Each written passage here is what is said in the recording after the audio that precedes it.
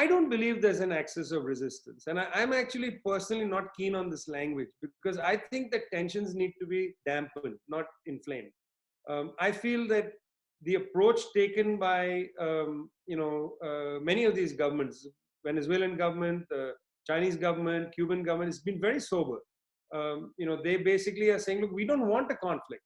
The Venezuelans saying we want the sanctions regime to end. We don't want a conflict. The Chinese don't want a conflict. They want this to end. So I think it's wrong to absorb the negative energy of the imperialist forces and then come back and say, no, we are resisting. It's not like that, actually, for two reasons. One is, I don't think these countries fully are aware that they cannot actually tackle a military confrontation with the United States, a real confrontation. The US has enormous military capacity. Okay, they can't win a battle, but they can destroy you. They can bomb a city. I mean, no Chinese government, no Chinese official wants a United States strike on China. Nobody. Nobody. And, it's the same in Venezuela.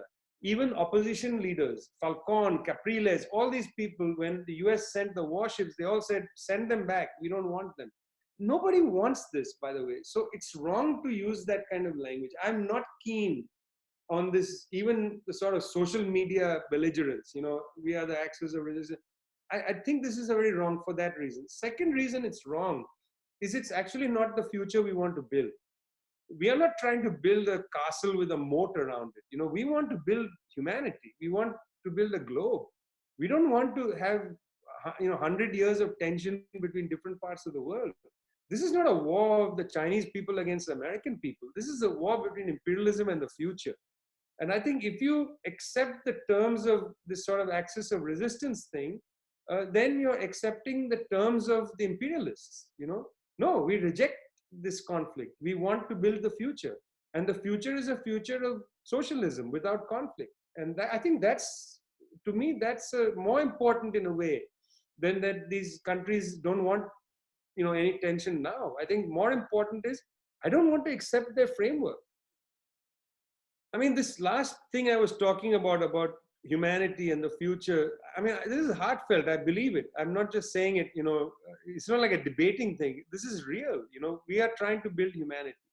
And that's our goal. And I think any attitude that goes against the project of building humanity is a wrong attitude. So, I think belittling people in the United States or in Europe is a wrong attitude, to sort of, I mean, these are people struggling in their own worlds, we have to ally with all peoples in the world against this system, which is really criminal system.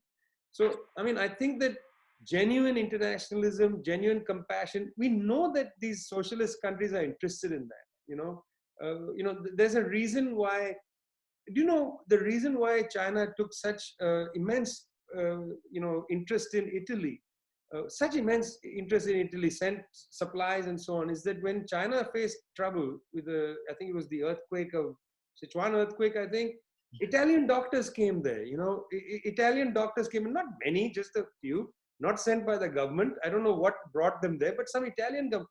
In the Chinese media at that time, Italian doctors, Pakistani doctors, their role was highlighted, that they came to help us. China didn't become nationalistic and say, we Chinese, we survived this. No, they said Italian. So when there was a problem in Italy, it was not difficult to say, let's send supplies there. I mean, we are trying to build that kind of humanity. We are not trying to build, competing nationalisms, or anti-imperialism is not a project of competing nationalisms. Anti-imperialism is humanity against imperialism. That's a really fundamental, it's not only a moral and ethical place for a socialist, but I think it's just something that feels right.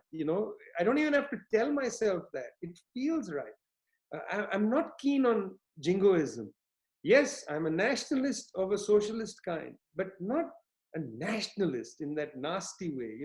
I believe in the right of countries to national self-determination and so on. All of that, not in that narrow, desiccated way.